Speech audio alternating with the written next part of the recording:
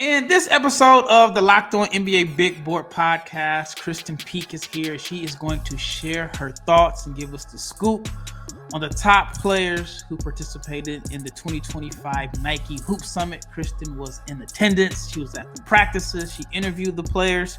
So stay tuned to hear her thoughts on who stood out.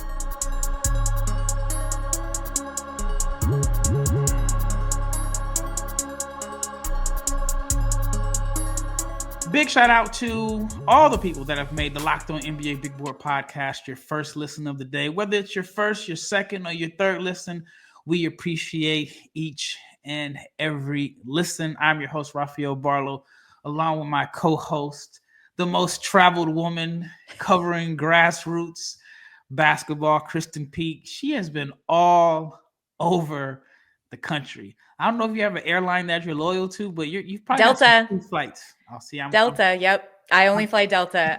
It's been a minute. It's been a minute, Rafael. I missed you. Yeah, it's been a minute. We missed each other in New York at McDonald's. And then I had mentioned on the podcast that came out earlier today, I got triple teamed with an ear infection, the flu, and strep throat. So, and I was still going to AAU tournaments. Luckily, I was wearing a mask and I was away from everybody. Gosh. But yeah, I was there, but I wasn't there. But anyway, nobody wants to hear about that. But yeah, it's been a while. Like I said, I was hoping to see you in New York. Didn't get a chance to see you. And then I was hoping to go to Portland. Didn't get a chance to see you there. But I'm sure I'm going to run into you within the next month or so somewhere. Absolutely. So a lot of people think, okay, it's officially draft season. And for what we do, yes, it is draft season. But it's also the very end of the high school cycle. And it kind of blends with the draft season because at these events, at McDonald's, at Hoop Summit, at Jordan Brand, you see the NBA executives, you see the GMs, you see the scouts that you've seen all year on the college side. And they are trying to get, just kind of a benchmark of where these high school kids are about a year or so removed from a possible draft cycle. Yeah, I've talked to some like scouts that they mentioned that the McDonald's game and the Nike Hoop Summit is the first time their general managers get a chance to see the guys from not the upcoming class, but the class coming up after that. And it's just it's like some of them actually said they feel like they're behind because it is about 15 months between now and the 2026 draft. And they have very little knowledge or info on some of the players that they're going to need to target. And they use the McDonald's and the Hoop Summit as their first time, putting eyes to the prospects and start to really track them. And that's the GMs. I mean, the scouts, for the most part, have been doing it. But like you mentioned, it's like this weird combination of high school cycle is supposed to be ending, but they're already playing AAU basketball. Like I've seen guys that played for Prolific Prep. I saw them playing AAU basketball this weekend. And then you just have they're just playing too many games. Like guys are going from McDonald's to Chipotle Nationals to Hoop Summit or whatever. But anyway, let's talk about the Nike Hoop Summit, a premier event. I hate that I missed it, but it is a premier event. It is something that's always circled on the calendar for NBA scouts and executives. And this year we had a surprise because we thought, at least me, I'll just say me. I thought, this world team is absolutely, I don't want to use the word garbage or trash, but I did not think that it was going to be able to come close to competing with the American team or the team from the States, even though they did kind of pad the rosters a little bit with Taj Ariza or Kyan Anthony, Taj Ariza, Anthony, and so on. But from the practices, just fill us in on what you saw at the practices, which most people will tell you is more important than the actual games. Yeah, the practices. So the world team is there the entire week. They start practicing Monday because you want to give the international players that are flying in some time to adjust and also make it worth their while instead of just coming in on a Wednesday and playing a game on Saturday or Friday or whatever it was. So the world team, they get a few extra practices under their belt. The head coach, Marshall Cho, he does such a phenomenal job getting these players just to buy into what he and his coaches want to do to try to limit the touches and trap. And, you know, if you were just going based off practice, like the world practice and then the US practice, you would have thought it was going to be a 30-point blowout. And that's not what happened. Tounde Yessoufou on the world team, who's the Baylor commit, was unbelievable, just picking apart the guard play. And I think he finished with 24 points, forced the overtime with a 3-point jumper. They ended up losing by 10. But if you looked at the score itself, it did not even, like, I remember it's halftime. It was like a 3-point game. I was like, okay, all right, we have ourselves a game. And that's what you want in evaluation. And you want people to come out in these all-star games and compete, especially when, you know, you got not only your name on the back, but for the world team and for Team USA, you got USA on the front of your jersey and you've got your world flag on the back. You're playing for a lot of pride in this game. And so I think that's kind of what separates it from the McDonald's game, from Jordan Brand, which I'll be at on Friday. I'm calling the game for NBA TV if you want to check that out. But yeah, if we want to start with the US team, the practices were ridiculous. When I sat down with Darius Acuff, who, by the way, is such a bucket, and he was a bucket that game. I think he had 22 points, 4 for 8 from 3-point line. And he said, I have never played with so much talent on this team. And when you look down the roster, you know, you obviously we know who AJ Dybantsa is. We know who Cameron Boozer is. He's coming off the Chipotle Nationals. And you're right. These guys have to be tired. It's unbelievable. But then you start seeing Nate Ament, who, you know, I saw ESPN say that there is a legitimate shot that he could be the number 1 player in the next year's draft. And what he did during the week, he was incredible. Just taking players off the dribble. He's so long, still uncommitted. I think he's the only player, the only 5-star still uncommitted. He said he's going to commit in the next couple weeks. He's down to Duke, Kentucky, Arkansas, Tennessee, and Louisville. And it was kind of like, and at Hoop Summit all week, he was rooming with Michael Brown Jr., who is a Louisville commit. But when I was interviewing not only Michael, but also Nate, it was Cameron and Caden Boozer off camera that were like, you know, giving them the Duke signs. And so I don't know. And then you ask the kids, they're like, Tennessee is a dark horse. And the Kentucky, Jasper Johnson and Malachi Moreno were there. And they're like, no, we really like them. And Darius Acuff heading to Arkansas, I would love to play with them. So he's kind of like this chameleon that can slide into any team he wants next year and make an impact. But I don't know what happened during the game. He only played 11 minutes. I don't know if it was just because they were limiting him every time he stepped on the court, and that opened up the spacing for everyone else. But if you just tune in the game, that is not a good indication of the overall representation and how much talent he displayed on the court throughout the week. That's what I wanted to ask you. So I read all the stuff that, you know, that he looked good in the practices. I've heard it. And then I'm trying to find this text that I got. And I felt like all the buzz that he got kind of set him up or set the expectations high for him during the game. And someone mentions that they send me a text and they're like, he was nowhere to be found. What is the deal? Why are people so high on him? He did nothing in the game. And when I look at the box score, he didn't attempt a shot. He played 11 minutes and he had 1 rebound, 2 assists, a block or turnover, and a foul, but a lot of zeros across the board. How do you that for a guy that you say, wow, he has a chance to go number 1 in a class that has AJ Dybantsa and Darren Peterson? Yeah. And listen, you look at this roster and why wasn't Nate Ament, getting those touches and minutes? It's because Trey McKinney, the Michigan commit, coming off the bench, just became he was shooting lights out.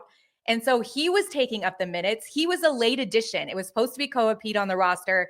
The week of Hoop Summit, they brought in Trey. Trey said, I mean, I had school the next day, and I got on an airplane instead to come here to play, you know? And so he had 22 points off the bench. And so when you're looking at, and then I'm sorry, but there's so much talent on the court. You cannot take this one game and see that Nate Ament was not productive and say, oh, I don't know if he's good as people says. I don't know if he's good as advertised, because look who he's playing with. Cameron Boozer, the winningest player in all of high school basketball. AJ Dybantsa, he got his touches, 24 points, 18 rebounds, 5 assists. He was unbelievable. So he was out to make a statement. And if we're gonna look at players that disappeared, you could say the same thing about Caden Boozer, who only finished, I don't think he had any points, and only a couple assists. So if you're going to make that statement about a player in a game like this, I get it, but it just is upside and everything during the week, what Nate Ament was doing, he was one of the most impressive players. Yeah. And that's what I've heard consistently. But I just think like when you have AJ and Darren and you mention this guy is a candidate and he doesn't even take a shot, it's just one of those things that's going to get some extra attention. Spring is here and life is busier than ever between work, family, and everything between. Who has time for grocery shopping and meal prep? And that's why Hungry Root is here for you, because it makes eating healthy and delicious meals simple and stress-free. Hungry Root is like having your own personal nutritionist wrapped into one. They take care of the grocery shopping and the meal planning, offering personalized recommendations based on your taste and your health goals. With their high quality, nutritious food, you can stick to your gut friendly, high protein diet without spending hours planning your meals. And with Hungry Root, the meals come together in 15 minutes or less, giving you more time for workout, family, hobbies, and of course, time to watch the NBA playoffs. So take advantage of this exclusive deal. Get 40% off your first box, plus a free item in every box for life. Go to hungryroot.com/lockedonnba. Let's talk about AJ. So throughout the week from the practices, and I heard it from multiple people, and I actually saw it myself at McDonald's. And it's like, you know what? AJ's bored. AJ is ready to get this over. He's ready to go play college basketball. I mean, he's just coasting. But even when he's coasting, you're like, this guy was the best player on the floor.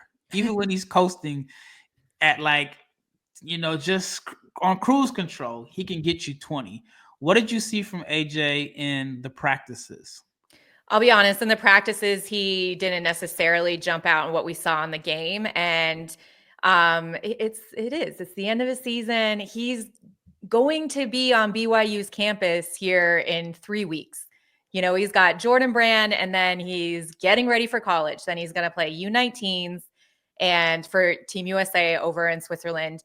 And then it's just go time. It's business. By the way, how much do we love Rob Wright and AJ Dybantsa in the backcourt together? I'm like, I love that Rob is going. If you're a Baylor fan, you absolutely furious. Yes, correct. But what I love most about Kevin Young going out and getting Rob Wright. Rob, I was at the game. Rob, and we talked about it. Rob destroyed BYU single-handedly in the second half. Forced overtime. Nobody could stop him. And so that made a lasting impression on Kevin Young. And he went out. I don't think he paid 3.5 for him. I think these numbers are severely inflated that we're seeing in the portal. But still a big chunk of money, to go out and get this star point guard to slide in alongside AJ Dybantsa. But what I loved most about AJ kind of disappearing a little bit in the practices, like you said, coasting a little bit. When it's game time, he is a dog. He is a dog. He is going to get the buckets. And I think he noticed very early on that this was going to be a real challenge. And the world team came prepared. They had a game plan. And AJ, the reason why he's been at the top of the rankings for most of his high school career is he can single-handedly turn a game around with what he displays at 6'9", his shot creation, his length, the way he can cover the floor. Defensively, he can guard 1 through 5, especially at this level. I don't know if it'll be the same at the college level, but all of those intangibles were on display in this game, kind of leading. It was him and Darius Acuff really that led this Team USA team to a win. And that goes back to my question about Nate Ament. Like, AJ can coast in practices, but when the lights are on, Yeah. you can pencil him in for 20 points. And that's why I'm like, it's such a bold statement to say that Nate can be in that range, because I don't think you're ever going to see a game going forward where Darren Peterson doesn't take a single shot. And so, like, the mentality thing, Yeah. and I get that, I just don't see them on the same level. And even with Cameron Boozer, who we can talk about, Cameron Boozer's not going to have a 0 field goal game. Yeah. What did you think about his performance in the practices and in the game? Because in the game, he just did what he does. I'm like, I don't really know what to say about him other than he had a Cameron Boozer type game. He's got rebounds, he's scoring, he's just a matchup problem. He's my favorite to win Player of the Year next year. Like, what are your thoughts? Cameron Boozer is so damn good. It is ridiculous. And what I appreciated at the practices is while you're sitting right there. And by the way, the practice that all the scouts and executives are allowed in, the gym is silent. It's very, very like just there's a lot of just, I don't know, energy kind of in the air, and you just kind of feel that these players know, like Michael Brown, he told me, he said, knowing that we are one step closer and all these players, all these decision makers are here watching us play basketball. He's like, yeah, we're going to come out and we're going to play hard. But it was the talking on defense and offense from Cameron Boozer and just the leadership that he had. And they had 2 10-minute scrimmages at the end of that practice. And it was probably some of the best high level basketball I've seen at the high school level from this high caliber group of players. It was unbelievable. Like, and they all took it very seriously. They knew it was on the line. And Cameron Boozer, just like you said, I mean, he's a mismatch nightmare. And defensively, he's a great rebounder. Not only that, he's a great outlet passer. He's always looking to push the floor, and he's so smart.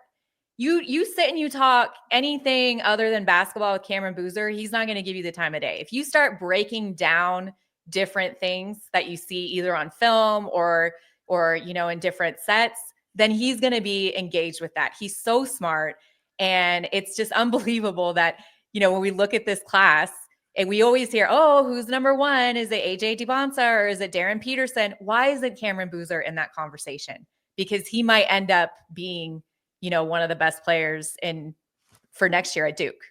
Yeah, I mean, I think he's going to be National Player of the Year. I just think the other two have a little bit more upside, and I could be wrong just because he's so polished and he's so good so early. But I just think either way, you're in a good situation if you have the first, second, or third pick in the 2026 NBA draft, and maybe even the top 4, top 5. This Right. class gives you a lot of reason to be excited about.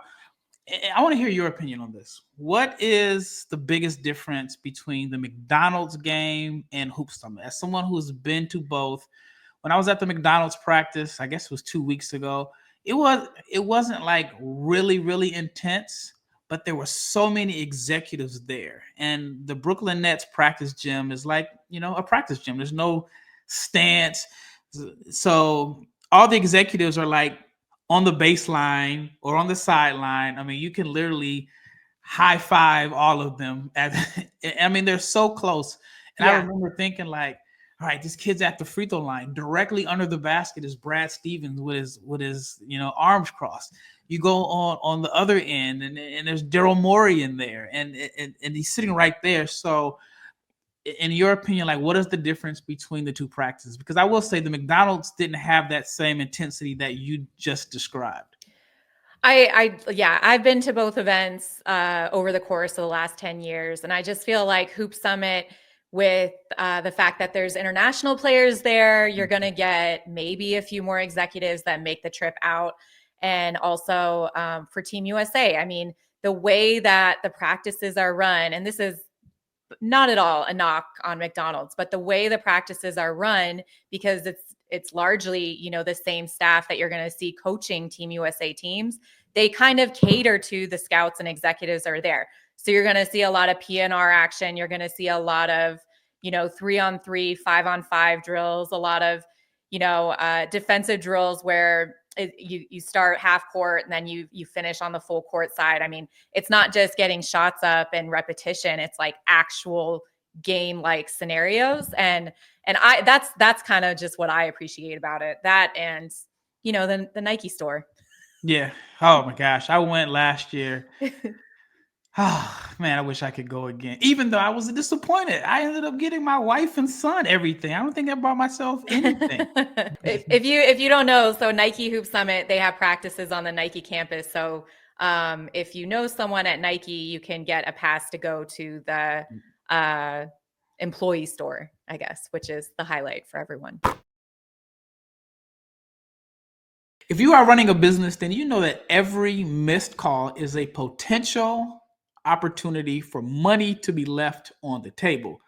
That's why you need Open Phone, and Open Phone is the number one business phone system designed to streamline and scale your customer communications all through an app on your phone or your computer. With Open Phone, you don't need to carry two phones. With Open Phone, you can manage your business calls and your texts from one app, whether you are at your desk or on the go. And the best feature, or one of the best features, is that it has a shared inbox. So your team can jump into any conversation without missing a beat. And Open Phone is offering NBA Big Board listeners 20% off your first 6 months at openphone.com/lockedonnba. That is openphone.com/lockedonnba. And if you're switching from another service, Open Phone will even port your existing numbers over at no extra charge. Open Phone, no missed calls, no missed customers.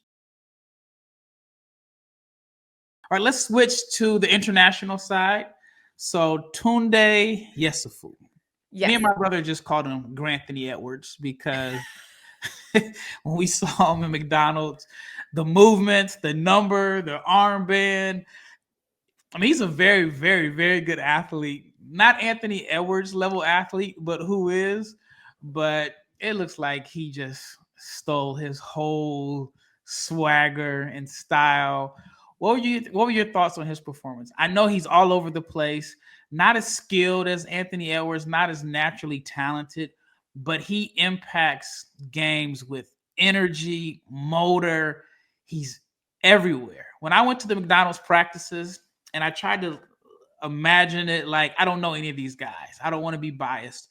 He was the guy that stood out the most because he played like, as my co-host Leaf would say, he played like his hair was on fire in a practice. But what were your thoughts from seeing him? Obviously, he was coming off, a very good showing at McDonald's. Did he win the slam dunk contest? I know he was top 2. Anyways, in the game, I know that much. Yeah, okay, athleticism is ridiculous. However, I will say I did see defensively, just his lateral movement isn't what it should be for what he does on the offensive end and how he's a high flyer. And by the way, Scott Drew getting it done at Baylor again. We are now going to go 3 for 3 in 3 years where they're going to have stellar freshmen. First year, Keontae George, second year, VJ Edgecombe, who's the projected top 5 in this year's draft. And the incoming freshman is looking to be Tounde Yessoufou, just with, the high energy that he's going to be bringing. I mean, in the game, he finished with 24 points, 3 assists, 2 steals, was just all over the place. Like I said, his 3 is the one that forced overtime. They are going to have to clean up, I think, his shot selection. He can be a little erratic sometimes when getting shots up, but he's so much fun to watch. He is so much fun to watch. Yeah, offensively, even in the McDonald's game, I don't remember the numbers, but he got up a lot of shots, was wild. But what he did on the defensive end made you it just stood out. I didn't realize how many shots he took until I looked at the box score. Very confident. And I think for Baylor, you shorted them a year, 4 for 4. Jeremy Sohan was a lottery pick the year before Keontae. Yeah, you're right. Remember, Kendall Brown was supposed to be the dude in that particular class. All right, let's talk about, I've always known him as Dame Sarr. Dame. I've been watching him for years. And same way, we could talk about Bogi Markovic. So 2022, I spent the majority of that basketball season in Europe overseas, and I was just scouting, going from tournament to tournament to tournament. And Dame was, or Dame, was a player that first caught my attention. I remember it was a tournament in, oh, now it slips my mind, but it was like a small town in Italy. I remember taking the train to go there, and he was the one that just caught my attention. Hugo Gonzalez was in this tournament, and I just remember just seeing this kid with these arms that just Yes. don't end. He had arms for days. He knew how to play. He made the right passes. He shot the ball well, and he was playing for a team called, actually, the city was called Bassano, Italy. He was playing for a team called Orange One Bassano, like a smaller program. And then he had a very good game. They actually went to the championship game and they played Real Madrid. And I just knew right then and there, one of these powerhouse European programs is going to pick him up. A year later, I see he's playing for FC Barcelona. If Barcelona wants you, I mean, you're legit. And I thought he was a 2025 guy, but then I was like, nah, he's 2026. But now I'm hearing he could be 2025. What did you see? What did you see from Sarr? Just the consistency, and you want to, and I'm looking right now at just his numbers. And so, because another thing that Hoop Summit does in any Team USA event, they always do updated measurements. So height without shoes, 6'7.5", wingspan 7 feet. Yeah. Like just like he just is so long. And so I remember after the scrimmage, they bring in a scrimmage team every year. And so in the morning, the scrimmage team, it was like Malik Thomas, a couple other, like 5-star kids. But they scrimmaged the world team in the morning. The world team beat this scrimmage team by 40. And then in the afternoon, when they're dead tired, they go and they scrimmage the Team USA. Team USA reset the score every quarter. So it wasn't so, overly, like it wasn't a blowout. But what I saw from Dame in that game is just, and it kind of trickled into the actual game itself, was just his confidence. Like he stepped on that court. He was making the right pass, making the right play. He's so long. And you always wonder with these European players, how they're going to adjust playing alongside some of the American kids like Kyan Anthony, Taj Ariza, like you said, who have been playing over here in the States. And he looked like he belonged, and he looked like he was the best player on the court at times. And we saw that carry on in the game. Like he I think finished, what did he finish with? 22, 24 points? 5 of 9 from the floor. Yeah. 2 for 5 from 3-point range. And that's kind of been his knock, even when you're talking to NBA scouts or college coaches, because I asked him, I said, what are your plans? Are you going to try to enter this year's draft class, or you going to go back to Europe? Or, there have been some schools that have kind of entered with his name, like Illinois, Kentucky, BYU. So he said, we're going to play in the game. And that was even controversial because remember, Barcelona said they wouldn't grant him to come over and play, and he did it anyways, so you've got that to deal with. So it was pleasant. It was pleasantly surprising to see a player like him. It was my first time seeing him in person, and for him to play so well. Yeah, he was in a weird situation because I don't think he was expected to be in Barcelona's rotation this year. It's hard to be in their rotation as a teenager. I mean, it's a professional league. It's not like the NBA where they say, oh, you have potential, we want to develop you. In Europe, it's like, hey, we're trying to win now. We don't care about tomorrow. And if you're playing, it's because you can help them win now. And I imagine this was probably penciled on this calendar of this is this big event. The scouts are going to be there. And because he was playing for Barcelona, I think if he would have tried to ask for permission to come, they probably would have been like, no. So he did ask, and they said no. And he came anyways. Yeah. Okay. I knew he came without their permission. I didn't know that he did ask, but I didn't think they would grant him permission anyway. No. So in your opinion, do you think he could be a 2025 guy? You think he played well enough to enter this draft? I think he should instead go to college. Look what even just playing at Illinois for Kasparis Yakachonis did, and even Yegor. I mean, I don't know where they would be in the draft without being, kind of playing in college. I think he should go to college. And see, I feel like his name is hot right now. And when you look, like, I don't know if you've tried to do a mock draft yet, but when you look at it, you're like, whoa, this draft is thinned out. From the guys that I had mocked, from Ian Jackson to JT Toppin, like so many guys have chose to return to school. And I think right now, with his name being hot, he could end up being a first round pick, considering how well he played for Barcelona at the end of the year. From everything that I'm hearing, he had a strong performance or strong performances in the practices, and he had a good game. Like, his name is hot, and he could end up being in the teams just based off of what he's done. And that is fair, and the fact that it's thinning out. But then you have to look at it in the other way, where it's like, okay, say you do slip to the second day, you slip to the second round. Now you're fighting for $500,000 in a two-way and playing in the G League when you can make $2 million or whatever the number is, in college, and develop a little bit more and play against players your own age and your own, and like, because when I tell you, like, I don't know the Euro game as well as you do, Rafael, but I honestly think that when kids from Europe come over, they have the advantage because they've been playing against grown men since they were 13, 14 years old. Now all of a sudden you're playing against players that are your same age, your same size. The physicality is the same. The pace slows down a little bit depending on what conference you're in. And then you start to kind of rise a little bit. But I don't have to make that decision. Him and his family and his people have to. But he was very, very good this past week. Yeah, I think he should come out. If Nolan Traore could have came out last year, he would have went really high. He had a phenomenal hoop summit.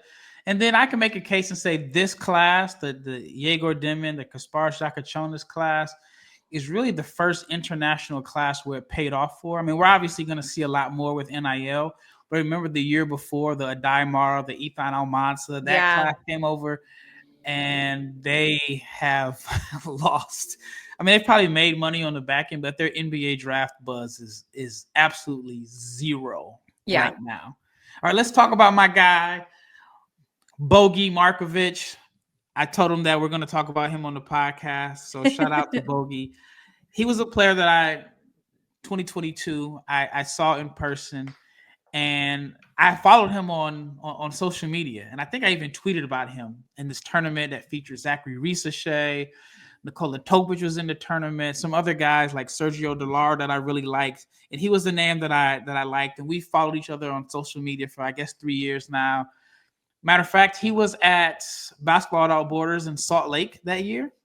Okay. And I had told him, I said, man, I've been tracking you for a while. I thought you were an NBA player. And he says, man, you're just, and he's like the typical European kid. They're not used to all the accolades and the praise. And he's like, well, you're being far too generous. And I actually showed him my notes that I had wrote on him from 3 years ago. And it even had the date on there. And so he thought I was being generous, but I've liked this kid since I first saw him. He's filled out. He used to be really, really skinny, but he was tough. He was agile. He was defending all over the floor. And now that I see that his body's filled out, the shot is getting better, I think he's a legitimate top 40 pick in this draft. What did you see from Bogajub? I think I'm pronouncing it wrong, Markovic. I mean, all the kids just called him Bogi, so I was like, okay, we're going with Bogi. But he just walks on the court, and you're like, prospect. Yeah, I don't even have to watch him. Like, he was listed at, let's see, where are you, Bogi? 6'11". Yeah, 6'11", standing reach, 9 feet, 6'11" wingspan. And he's from Shocker, Serbia. I mean, I think we're now starting to see this trend, especially with Nike Hoop Summit every year. There's always going to be this kid come out of Serbia and really just surprise people. And he was just as good as advertised. The game, he shot the ball extremely well for a 6'11" player as himself to be a pick and pop dream. He hit 3 for 4 from 3-point range, finished with 16 points, 10 rebounds. So like you said, he's very tough. Also in the interior, going after boards. And he just runs like a gazelle. The amount of court that he can cover is just so impressive. And he's like, you look at him and you don't think he's going to be as serious of a player as you think. And then the game starts and he just switches it on, and he is tough. He is a tough player. Yeah. I don't think I've ever met a Serbian that you would label soft. They all have this toughness to them. But yeah, like I said, he caught my attention just based off the way he was moving and like his length. But at the time I saw him, he was really, really skinny. But he's put on weight gradually. The shot has come along, and I think that defense is going to be like the skill set that he can hang his hat on, because with his length and his agility and coordination, I think that he's the type of switchy defender that, you know, NBA teams covet in today's game. So shout out to Bogi Markovic. Hopefully we'll get this interview in Chicago at the pre-draft, because I've been watching this kid for 3 years now, him and Dame Sarr. So I just love going overseas and watching guys internationally, and then seeing that I could talk about them during their draft year, knowing that I have at least 2 to 3 years worth of notes on them. So looking forward to seeing them. Well, that wraps up this episode of the Locked On NBA Big Board Podcast. Once again, thank you for making this your first listen of the day. We will have more content. It is draft season. Season right around the corner. And once again, it's Rafael and Krysten, and we are out of here.